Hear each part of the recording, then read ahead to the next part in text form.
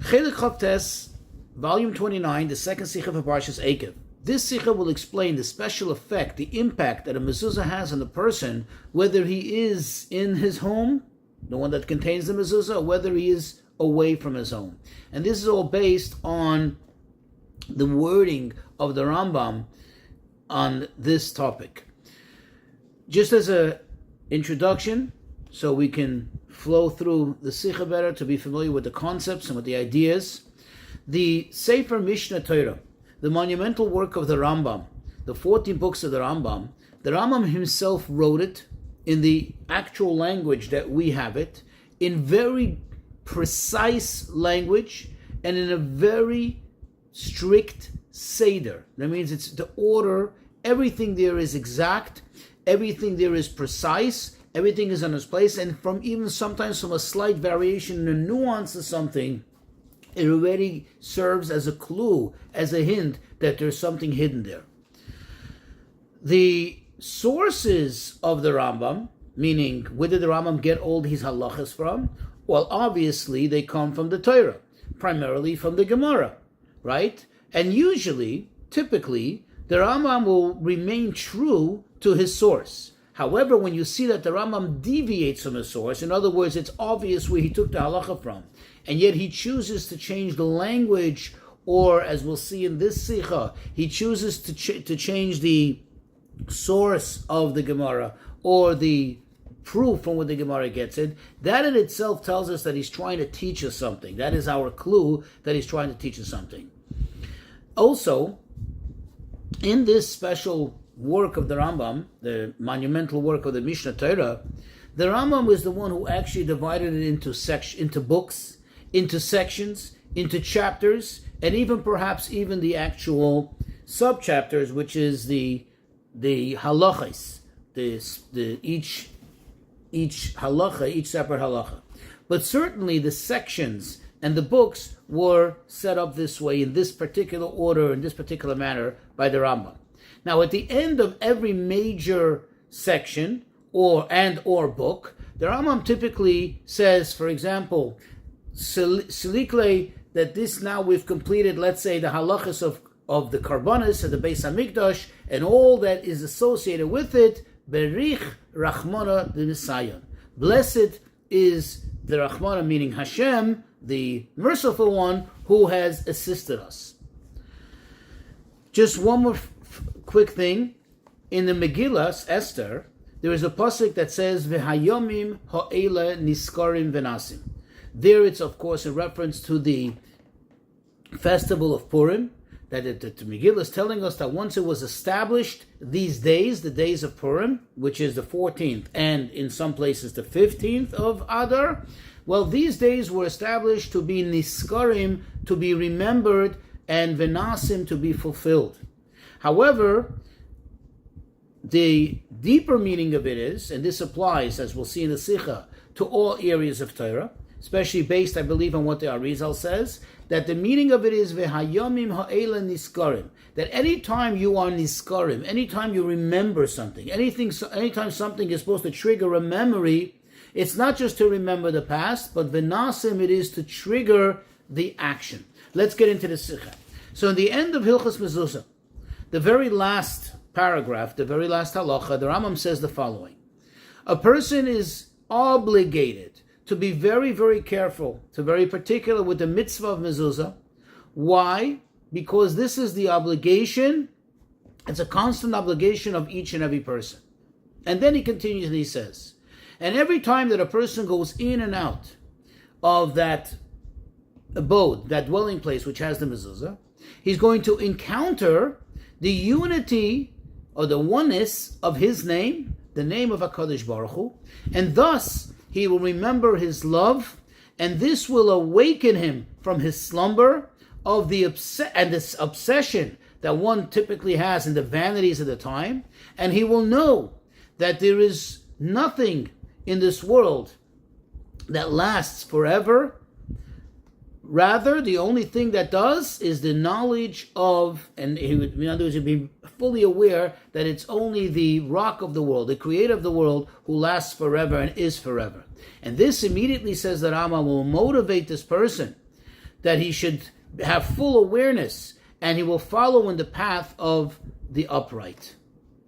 And then he continues and he says, our sages, the early sages have said, meaning he's going back to the Gemara, anyone who has tefillin on his head and on his arm, and tzitzis in his garment, and a mezuzah on his doorway, then he can be assured, muchzaku, that he will not sin. Why? Because he has many reminders to remind him of the proper thing. And he says, and these reminders are those angels that help, that save a person from sinning, as it says in the pasuk, Choyne malach Hashem soviv lireya vayechalze. It says in the pasuk that the malach Hashem, the angel of God, camps around those who fear him, and they protect him. Then he adds the three words, Berich Rachmana D'Sayon. Blessed is the all-merciful one, blessed is Hashem, who assists us, who helps us. Now, there are many questions that immediately pop up. First of all, why does he bring this idea about these three protectors, tefillin, mezuzah, and tzitzis, specifically here in Hilchas Tzitzis? Why didn't he bring it earlier in Hilchas Tefillin? Now, really, this is all one section, all related to Hilchas Stam, which is anything that has to be written by a scribe. And it starts off with Hilchas Tefillin, several chapters. Then it goes to Mezuzah, and then it goes to Sefer Torah. So if this is important, and it pertains also to Tefillin, why did he not mention it immediately, this idea in Tefillin? Why does he wait here for Mezuzah? Now, perhaps you would say, well, he wanted to first cover Tefillin, and now he covered Mezuzah, now he's saying it. But remember, he mentions also tzitzis. This cannot be a sufficient answer.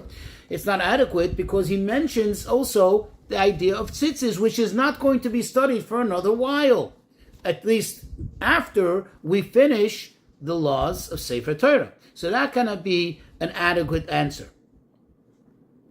Moreover, if you think about it, by tzitzis is where the Torah says explicitly that you will see the tzitzis, u'zachartem es kol mitzvos Hashem.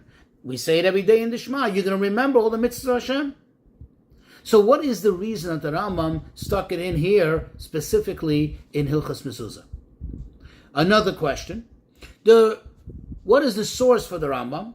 It's actually almost word for word in Meseches Menachos, in the Gemara, over there, which it discusses the topic of tzitzis. And over there, the Gemara says, and if you're speaking of the source, the Gemara says over there that, the Rambam seems to deviate slightly from the source, because the Gemara says basically the same thing, that if somebody has tefillin, somebody has a mezuzah, somebody has tzitzis, it's going to be as reminders. But over there it finishes off and it says, Shenemar. It brings a verse, a biblical verse as a source. It says, in Koheles, from the words of Shlomo HaMelech, Hachut hamishulash loy b'mheira yinatik, that the threefold cord will not be easily broken. This is a threefold cord. And then the Gemara says, V'oimer, and also there's another verse that says, Choyne malach Hashem soviv vayechalze.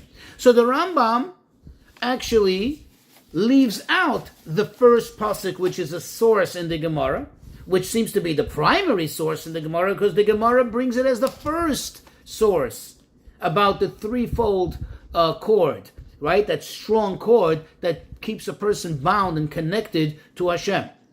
But instead, not only does he omit that, but he actually adds his own words. And he says something about, because he has many reminders, and then Hashem is assisting him. What is going on in the Rambam?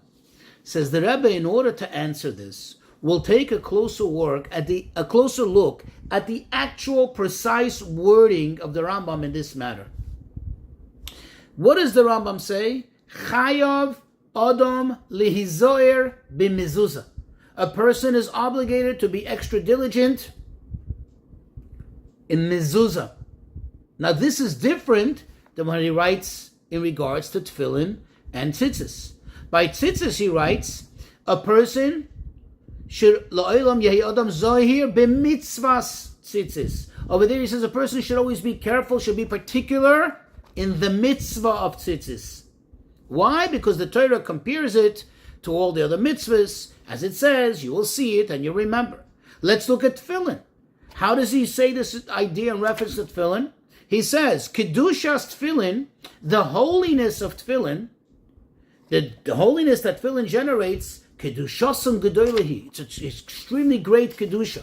And he says, as long as a person has tefillin on his head and on his arm, he is going to be humbled, he's going to be God-fearing, and he's not going to be drawn to jesting and to just useless chatting, and he's not going to think bad thoughts, and he's going to always direct his heart to matters of truth and justice.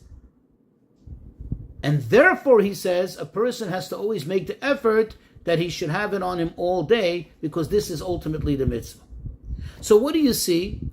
By mezuzah, the Rambam directs his saying to the actual mezuzah. He says, Chayev Adam Lizor b'mezuzah. Whereas by tzitzis, he directs it to the mitzvah aspect of it, and by tefillin, he directs it to the kedusha aspect of it. Now you may think this is nothing, it's a little of this, a little of that, but it's not. No, it's very precise, as we said in the introduction.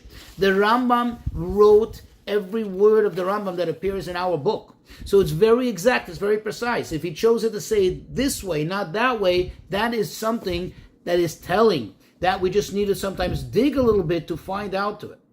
So now, in regards to the mitzvah mezuzah, it's obvious now and clear that the Rambam is addressing the actual mezuzah, not the mitzvah aspect of it, but the actual mezuzah. Now, what's the difference? The mitzvah aspect of the mezuzah is affixing a mezuzah to your door.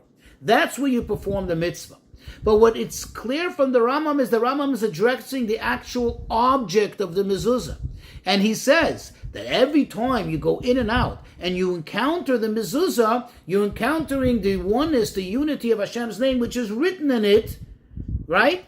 So it's evident that he's not addressing the mitzvah, he's addressing the mezuzah itself. In other words, this is separate from the mitzvah aspect of it, of affixing. Rather, you see that this is an added thing to the idea of mezuzah.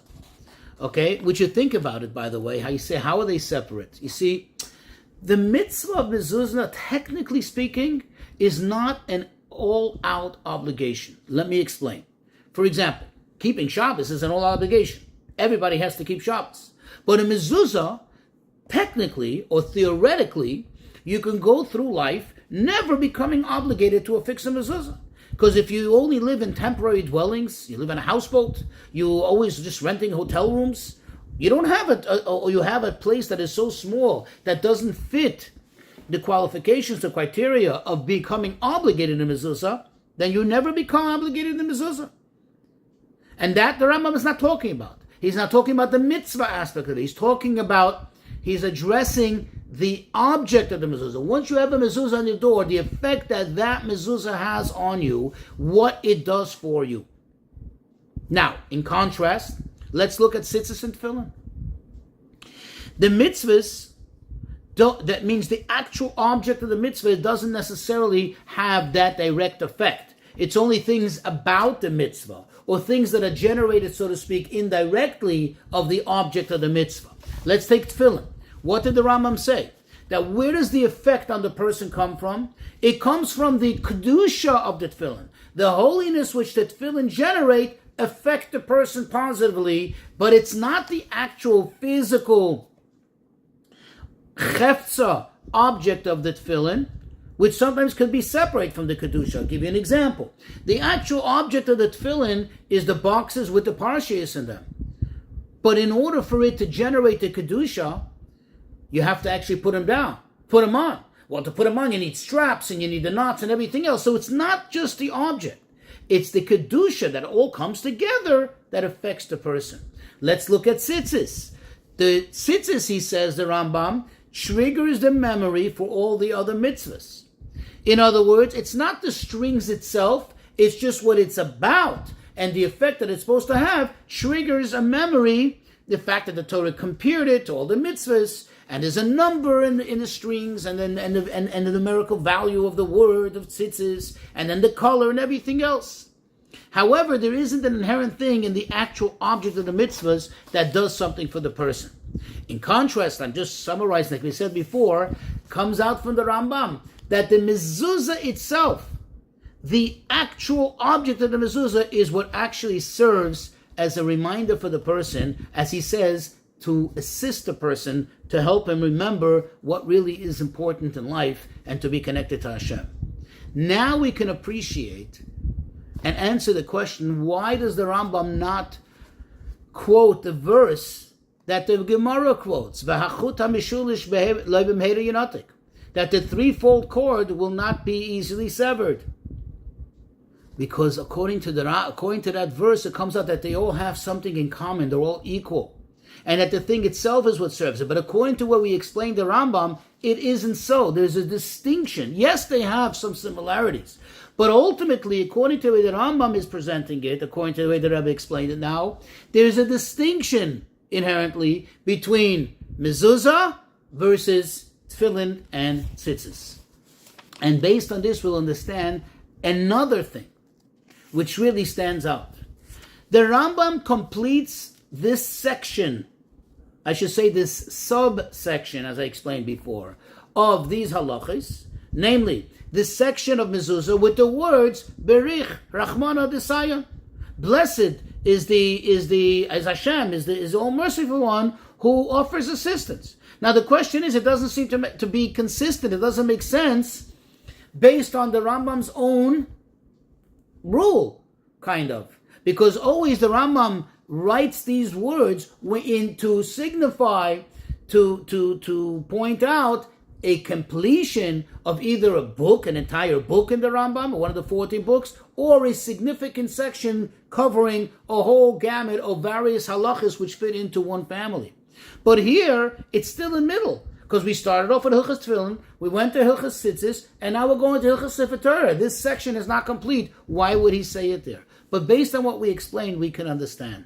The Rambam is not writing it as a means of indicating, signaling a conclusion, a close of a section, but rather he's pointing out and emphasizing, so to speak, summarizing and making the point of what he's saying, that the mezuzah serves as a true assistance. And therefore he says Hashem is the one who provides the assistance. Meaning the true, and what is the true meaning of assistance? When you think about it, what is the true meaning of an assistance? The true meaning of assistance means that the person is doing himself, the person is actually doing the action, and there is something or someone that assists them in what they are doing. Meaning that they help the person in what the person is receiving assistance to what they're doing. However, if the person is doing the whole thing, or the quote-unquote helper, the person who's supposed to be a helper, is doing the whole thing, that's not called assistance. That's either he's doing it or he's doing it. Assistance means that he's helping you do what you have to do. And now we can appreciate why this applies to the mezuzah specifically.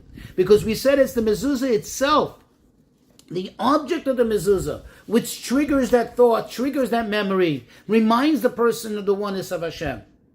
Now, of course, the person has to take action. It just reminds them.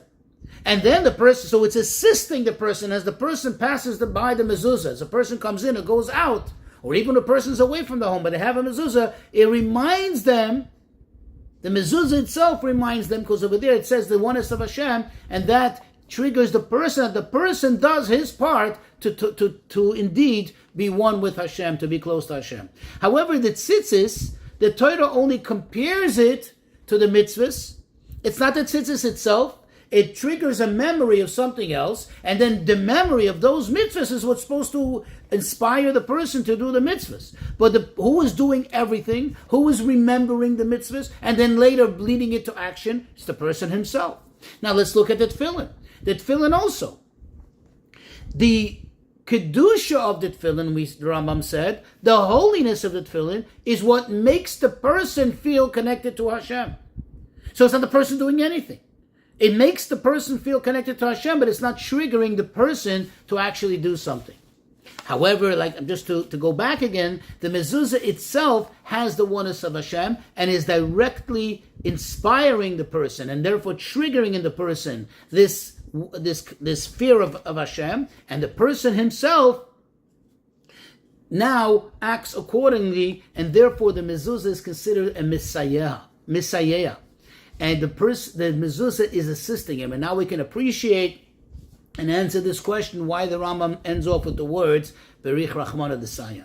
And now we can answer and also explain why he chose specifically this section, the section of mezuzah, Hilchos Mezuzah, to bring out this idea of these three reminders, of the many reminders, why he didn't do it by tefillin or tzitzis.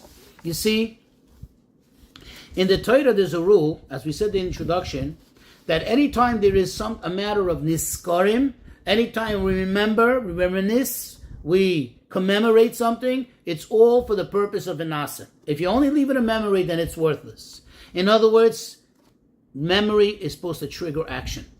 This sort of this sort of thing is mainly, as we explained, in mezuzah, and that's why the Rambam chose to highlight this idea, although it also applies to tefillin and mitzvahs, but more so by the idea of mezuzah, and therefore the Rambam chose to highlight it. And this we can see, to summarize, in the manner of which these three mitzvahs inspire the person. Tefillin and tzitzis, they affect the person when he is, so to speak, more eternal or more inside. When he's wearing the tefillin, is an eternal connection. And it also affects him that he should, so to speak, awaken eternally.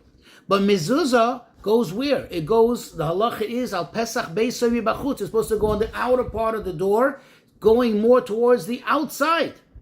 And this affects the person not only when he's in the home, when he's internally connected, but even when he leaves the home, when he's outside, that he should always awaken to the oneness of Hashem. And this affects him that even when he is, so to speak, busy with all the Havlei Hazman, as the Rambam said it in the beginning, the Havlei Hazman, all the vanities of the time, still he's going to remember. It means even when he's outside, he's not b'pnimius connected. Still he's going to remember his love that he has to Hashem, and this is going to awaken him from his slumber and from all this craziness of following the vanities of time, and it's going to trigger him to be connected. This is not only when a person is inside, like we said, but also when he's outside. And here's where you feel and you actually see actively the connection, this true help, the true seyua, the true brich, Rachmana Desayan, Hashem, who helps you out.